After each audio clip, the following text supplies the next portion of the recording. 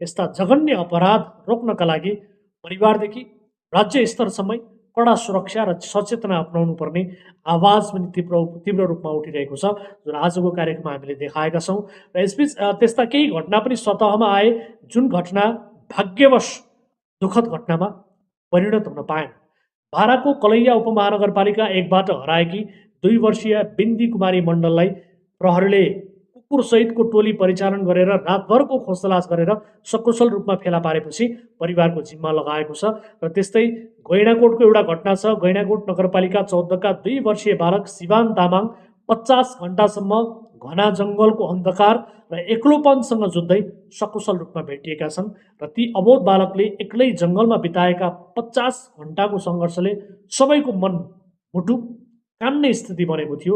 र यी सबै घटनामध्ये आज बिहानको जुन घटना छ, सप्तरीको शम्भुनाथ नगरपालिका 3 मा 2 वर्षीय बालिका खुसी खातुनको घटनालाई लिएर आज हामीले थप जान्ने बुझ्ने प्रयास पनि गरेका छौँ।